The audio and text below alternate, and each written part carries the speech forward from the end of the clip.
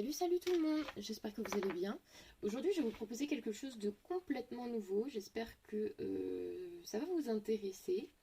C'est ce que j'appelle des tirages méditatifs. Donc j'en fais depuis des années, ça m'a énormément aidé dans ma vie. Il faut savoir que le terme de méditation, j'ai appris qu'il n'y a pas longtemps ce que ça voulait réellement dire. Et je me suis rendu compte que finalement j'étais plutôt balèze en méditation. Enfin, en tout cas, je ne savais pas que ce que je faisais, c'était de la méditation, mais si. Donc, qu'est-ce que la méditation? Méditation, historiquement parlant, ça veut dire apprendre. Non, pardon, réfléchir. Méditation, ça veut dire réfléchir. Et la méditation est une discipline. Qu'est-ce que veut dire le terme discipline? Discipline veut dire apprendre, d'où le terme disciple. Donc, un disciple, c'est quelqu'un qui apprend. Donc, la discipline de la méditation, c'est-à-dire apprendre à réfléchir. Il faut savoir qu'historiquement parlant, il y a eu des méditations sur la science, il y a eu des méditations métaphysiques, il y a eu des méditations philosophiques, il y a eu des méditations sur soi, sur apprendre à se connaître soi-même, ce qu'on appelle l'introspection ou la sagesse, vous appelez ça comme vous voulez. Voilà, on dit qu'une personne... Il y a beaucoup de personnes qui tendent à dire que, pour définir le terme de sagesse, que qu'on atteint la sagesse quand on atteint un seuil où on se connaît soi-même. Et on a des valeurs et on est capable de les appliquer, des valeurs épanouissantes pour soi-même, et on est capable de les appliquer. Donc voilà, il existe tout un tas de méditations. Il faut savoir que la méditation, c'est pas un truc qu'on fait 5 minutes sur un sujet dans sa vie. Non. C'est quelque chose qui se fait de manière régulière, récurrente. On l'approfondit, on tord le sujet dans tous les sens, on va chercher ses profondeurs, on va chercher les limites de son sujet. Donc on approfondit ses observations intérieures, on approfondit aussi ses observations extérieures. Donc voilà, la méditation c'est réellement une discipline, donc c'est réellement un apprentissage. Réfléchir, ça s'apprend. En tout cas, la discipline de la méditation, donc réfléchir par la méditation, enfin, méditation c'est réfléchir, mais c'est une autre façon de réfléchir qui est un peu moins intuitive, comment dire, qui vous demande un petit peu, pas d'être dans la lune, mais presque. Si vous voyez ce que je veux dire, une méditation vous déconnecte un peu de ce qu'il y a complètement autour de vous. Il y a des personnes qui pourraient vous parler, vous les entendrez complètement pas parce que vous êtes complètement en état méditatif. Donc vous êtes en état de réflexion intense. Il faut savoir aussi que la méditation, scientifiquement parlant, ça a été prouvé, ça modifie le cerveau. C'est-à-dire que ça a des grands bienfaits sur le cerveau, ça augmente votre capacité de concentration petit à petit, et en plus ça augmente votre mémoire. Ça a d'autres capacités, mais bon, pour le moment, c'est celles qui vont peut-être plus vous intéresser. Donc voilà, la méditation, c'est très bon pour le cerveau. C'est comment dire, c'est un outil, c'est quelque chose qui s'apprend, c'est pas inné, c'est-à-dire que ça va pas vous couler de source tout de suite. En fait, c'est plus vous allez pratiquer, plus ça va se faire. Et ça vous aidera probablement beaucoup dans votre vie. Déjà pour savoir quoi répondre dans certaines situations, pour savoir quel choix de vie faire, pour toujours être en adéquation avec vous-même, pour savoir, je ne sais pas, vous aurez peut-être des situations dans votre vie qui demanderont de prendre des solutions, de prendre des mesures avec l'équité, sauf que si vous ne savez pas ce qu'est l'équité, c'est pas à vous qu'il faut faire appel. Mais si il n'y a que vous, parce qu'un jour vous décidez d'être parent, ou vous êtes parent aujourd'hui et que vous ne savez pas ce qu'est prendre une décision équitable pour votre enfant, eh bien je vous propose de méditer sur ce qu'est l'équité. Donc voilà, ça se fait pas tout seul, ça se fait pas en 5 minutes.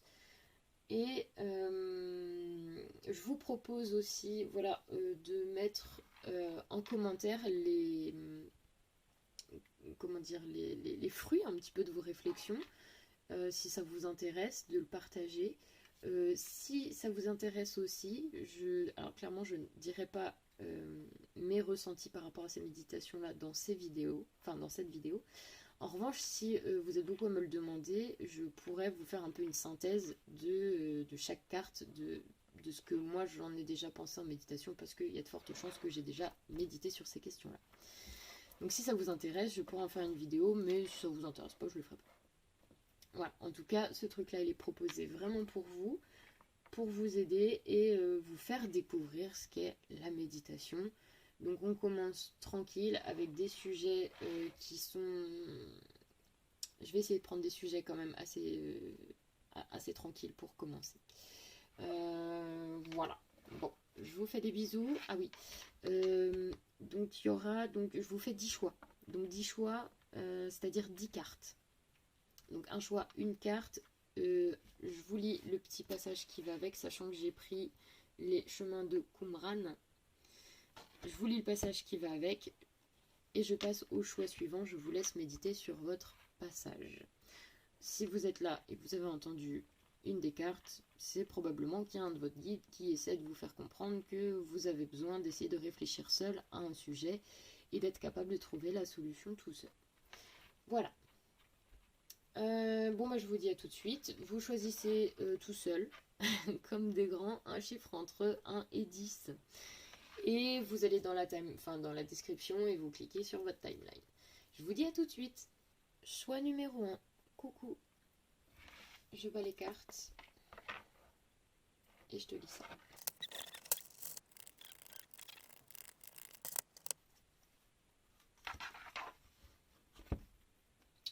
Ok, je vous la montre. C'est une croyance. Je suis mauvais. Alors, croyance 28.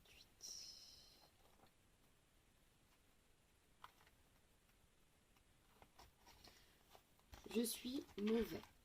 Cette croyance résulte souvent du regard qui a été porté sur nous durant notre enfance. Si l'un de nos parents nous a renvoyé l'image d'un enfant menteur, difficile, mauvais, et s'il ne nous a pas donné de signes de reconnaissance positive, par exemple « tu es beau »,« comme tu es fort »,« bravo, tu as réussi »,« tu es très doué pour ceci, pour cela », nous allons nous construire avec une représentation interne de nous-mêmes extrêmement mauvaise. Cette croyance sera donc très présente. Or, dès l'instant où nous avons la croyance que nous sommes mauvais, les conséquences dans notre vie vont être extrêmement souffrantes, puisque rien de bon ne pourra arriver à quelqu'un de mauvais. De la même manière que l'on punit ou que l'on prive un enfant qui est méchant, nous allons nous punir, nous priver, et peut-être même arrêter de nous aimer. Cela peut annoncer une vie sans amour. Si vous avez tiré cette carte, je vous invite à contacter la nature profondément bonne qui est en vous, et pour cela à vous rappeler que nous avons tous une étincelle divine en nous, c'est-à-dire une partie de nous qui est à l'image de Dieu. Ayez la foi en son existence, même si cette partie-là ne vous est pas toujours accessible. Adressez-vous à elle et demandez-lui de prendre plus de place dans votre vie. Soyez également demandeur de signes, de reconnaissance positive. N'hésitez donc pas à aller les chercher partout où vous le pouvez, auprès de vos amis, d'un thérapeute, d'un coach. Soyez également le premier à vous en donner chaque jour. Vous pouvez, par exemple, face à votre miroir, reconnaître quelque chose de positif en vous. Cela viendra stimuler votre étincelle divine et l'invitera naturellement à prendre plus de place en vous. Affirmation positive, je suis bon, je suis profondément bon. À compléter avec toutes les qualités que vous connaissez. Je m'aime et je m'accepte comme je suis. Donc votre méditation se porte sur je suis mauvais.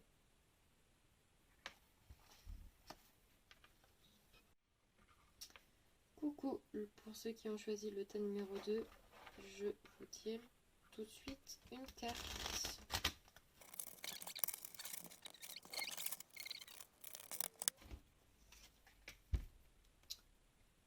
Comportement, la volonté personnelle. Hop, je vous trouve la carte qui va avec, 77.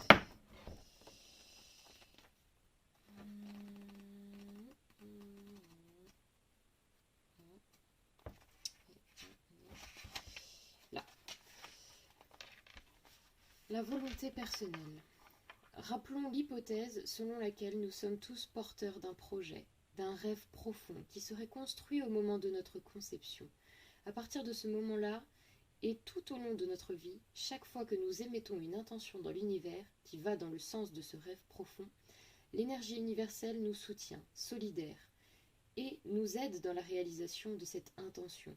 Mais parfois, en réaction à des situations d'enfance ou par fidélité à nos parents, à un système familial, nous pouvons développer des désirs et adopter des volontés qui vont à l'encontre de notre rêve profond. Dans ce cas-là, nous allons déployer de l'énergie personnelle afin de réaliser une volonté. Et dans cette réalisation, l'univers ne nous aidera pas car nous allons à l'encontre de notre rêve profond. Or, l'univers ne nous veut pas de mal. Nous allons donc déployer une grande quantité d'énergie afin de réussir malgré tout, mais en payant le prix, maladie, accident. Le plus souvent, il s'agira même plutôt d'un échec. Si vous avez tiré cette carte, je vous invite à voir dans quelle mesure vous êtes en train d'aller contre votre rêve profond dans votre vie. Prenez conscience du fait que cette volonté personnelle qui vous anime n'est pas juste, puisqu'en réaction ou en soumission à l'extérieur. Une fois que vous l'aurez nommée, cette volonté personnelle, je vous invite à la lâcher, à l'abandonner pour vous ouvrir à l'intention profonde qui est en vous et qui va dans le sens de votre réalisation. Pour ceux qui ont choisi le tas numéro 3, c'est parti.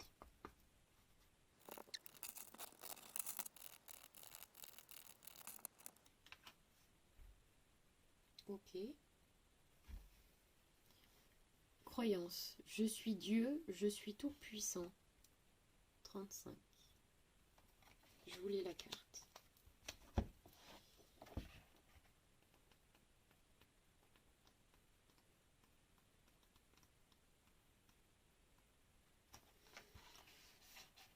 Je suis Dieu, je suis tout puissant.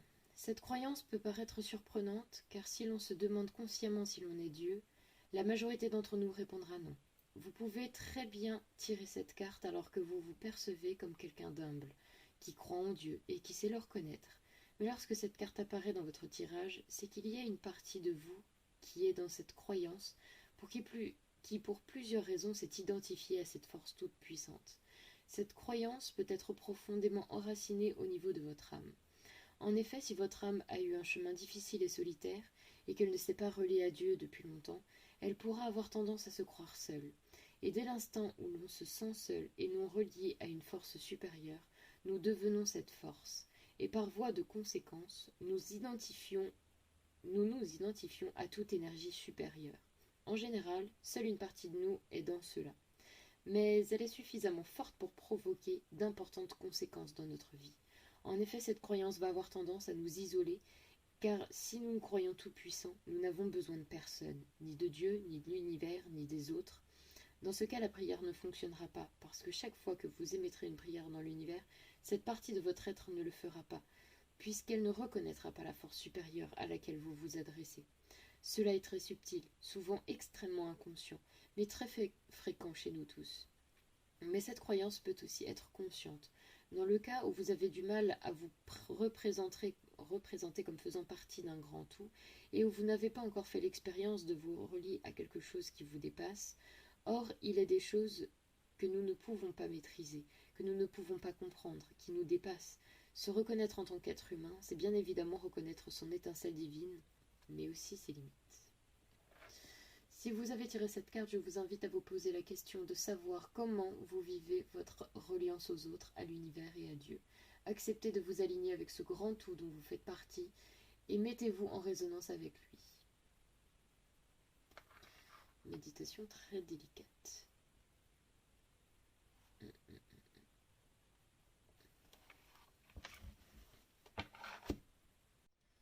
Coucou pour ceux qui ont choisi le chiffre 4. Je démarre tout de suite votre tirage.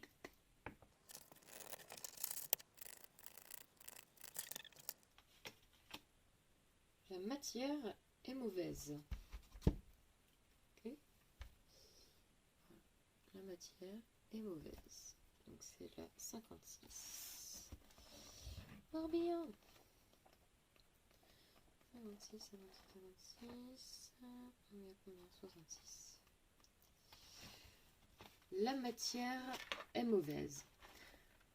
Comme la précédente, à savoir le corps, la matière ne servent à rien, cette croyance parle de la représentation consciente ou inconsciente que nous avons de la matière, notion que nous avons expliquée dans le message de la carte 55, que je vous conseille donc de lire.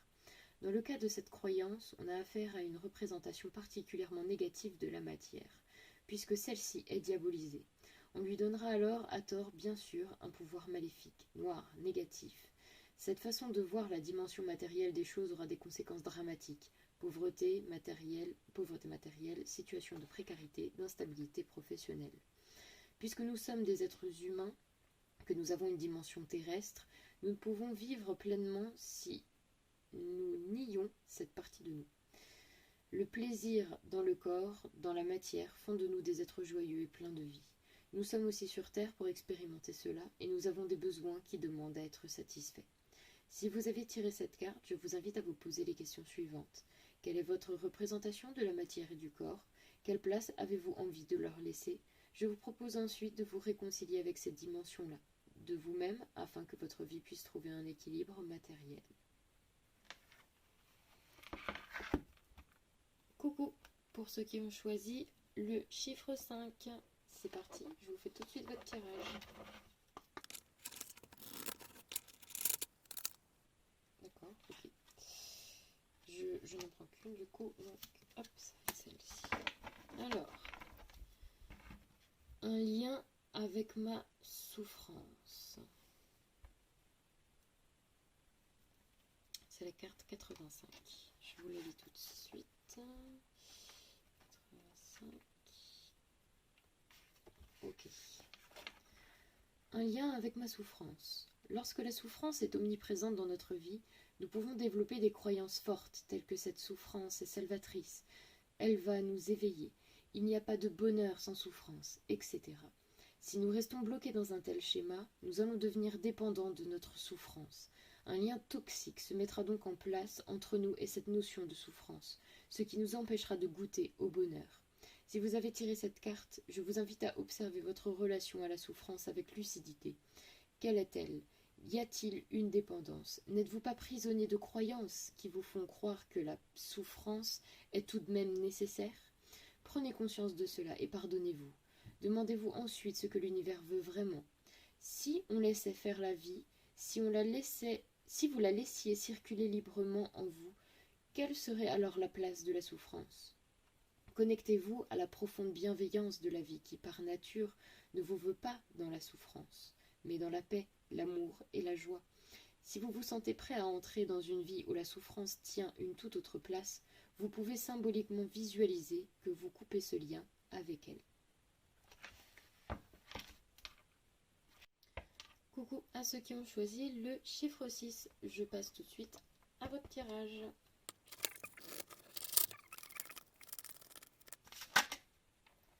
Ok. Comportement, la fuite.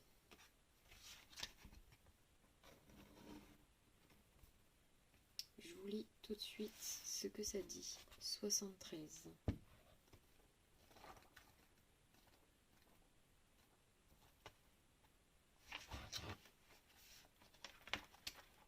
La fuite.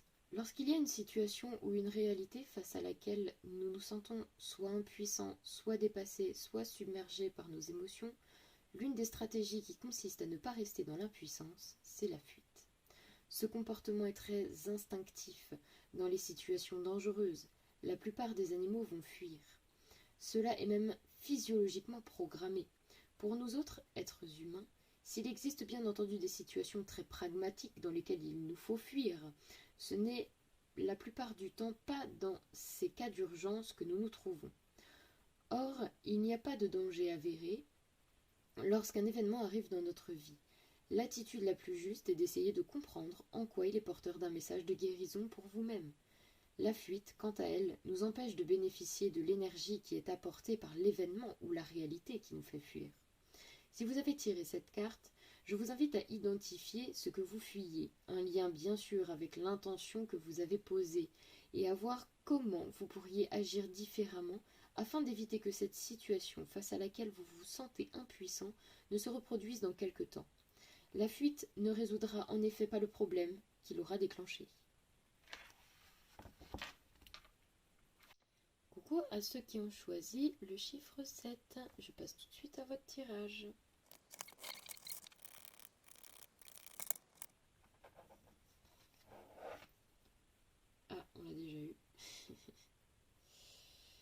donc je vais pas la prendre. Elle est déjà sortie. Donc je vais prendre le dos de deck. Les mémoires. Mémoire émotionnelle.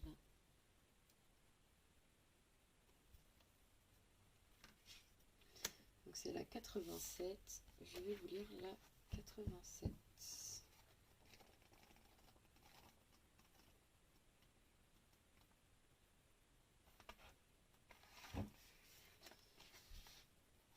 Alors, mémoire émotionnelle. L'être humain est régulièrement traversé par des émotions, ce qui est naturel.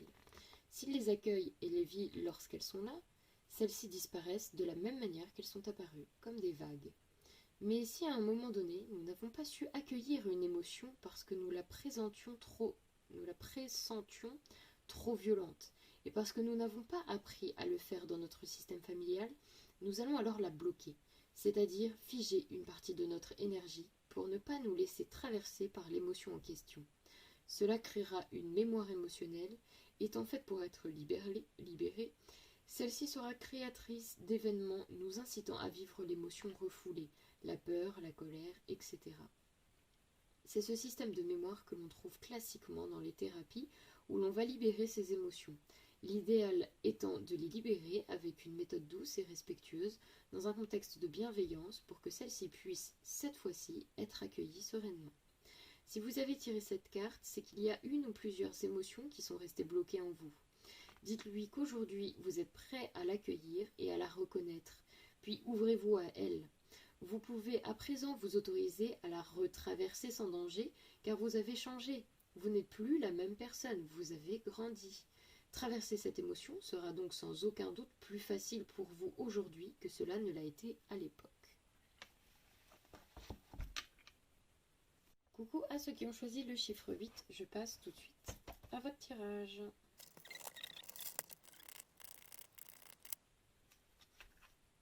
Ok.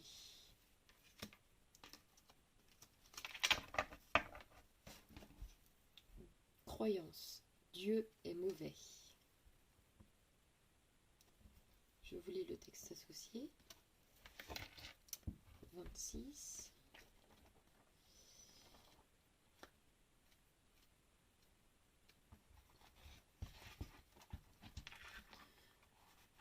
Dieu est mauvais. Cette croyance résulte souvent d'un mécanisme pervers qui a été induit par notre éducation religieuse. En effet, dès l'instant où l'on voit Dieu comme quelqu'un qui juge et qui punit, voire carte précédente, si l'on demande à un enfant de dessiner ce Dieu-là, il tracera les contours d'un personnage au regard méchant et noir, donc le contraire de la nature d'amour de Dieu. Si ces croyances nous sont données très tôt, au catéchisme par exemple, nous allons petit à petit grandir avec la représentation interne d'un Dieu mauvais.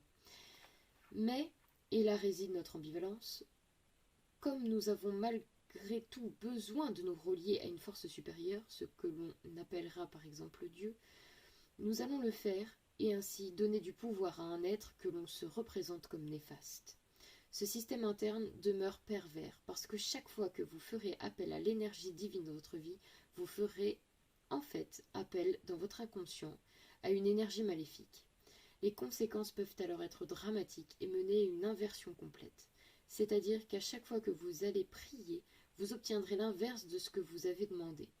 Il peut en effet être dangereux de se relier ou de donner du pouvoir à quelqu'un ou à quelque chose qui ne soit pas de nature profondément bonne. Dans ce cas-là, il vaut mieux ne pas se relier du tout. Si vous avez tiré cette carte, je vous invite à revoir votre représentation interne de Dieu et à vous rappeler de sa bonté, de sa bienveillance. Coucou à ceux qui ont choisi le numéro 9, enfin le chiffre numéro 9. Je passe tout de suite à votre tirage.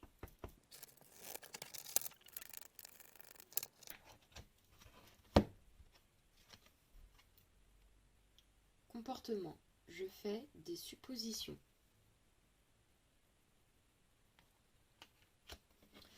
Ok, numéro 71.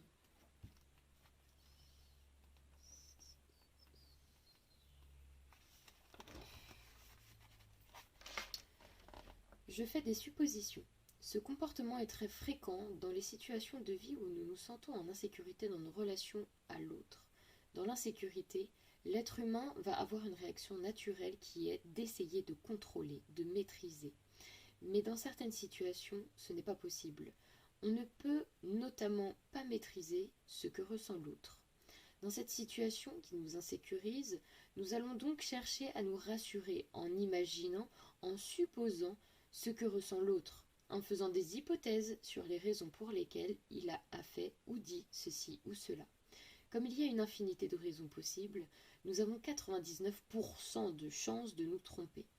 Il est en effet impossible pour un être humain d'imaginer ce qui se passe à l'intérieur d'un autre être humain. Ces suppositions deviennent alors des projections, lesquelles vont nous faire souffrir parce qu'elles sont illusoires. Elles ne peuvent donc pas rassurer notre insécurité profonde. Au fond de nous, nous savons bien que nous ne pouvons pas avoir la certitude de ce qui se passe en l'autre. Si vous avez tiré cette carte, je vous invite à observer ce type de comportement dans votre vie, à voir à quel point vous faites des suppositions et ainsi à prendre conscience de la profonde insécurité qui vous habite. Accueillez-la, questionnez-la, d'où vient-elle, que vous raconte-t-elle de votre histoire, et essayez de lâcher prise, d'abandonner cette volonté de contrôle. Laissez la vérité émerger de l'autre et n'hésitez pas, si vous vous sentez en insécurité parce que vous avez besoin de savoir ce qu'il ressent, à lui demander ce qu'il pense ou ce qu'il ressent exactement. Vous pourrez ainsi répondre à votre insécurité, car l'explication que vous obtiendrez sera beaucoup plus juste que si vous l'aviez imaginé vous-même. Cette attitude donnera également lieu à des relations beaucoup plus saines.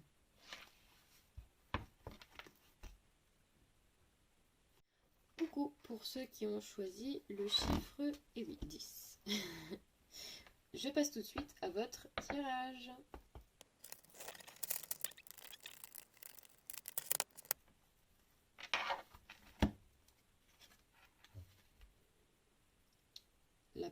La peur du monde de la réalité. Ok, numéro 82, je vous lis la carte tout de suite.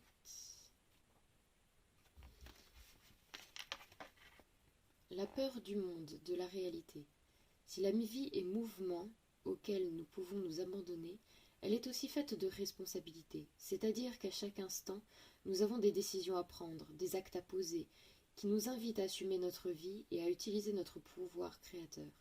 Si une partie de votre être n'a pas pu grandir parce qu'elle est restée bloquée dans une grande blessure, dans le passé, prendre la responsabilité de notre vie pourra être très difficile pour nous, ce qui entraînera des stratégies de dissociation ou bien de fuite dans l'imaginaire, dans les rêves ou dans une addiction quelconque. Si vous avez tiré cette carte, je vous invite à accepter l'idée que vous êtes responsable de votre vie, qu'il y a une partie des décisions et des actes qui vous appartiennent, mais que vous n'êtes pas seul dans cela puisque vous êtes aidé par l'univers. Prenez conscience du fait que la réalité peut devenir votre allié et même votre création. Pour cela, imaginez-la face à vous, regardez-la, essayez de vous habituer à sa présence, laissez-la cheminer en vous jusqu'à ce que la paix s'installe petit à petit dans votre être entier.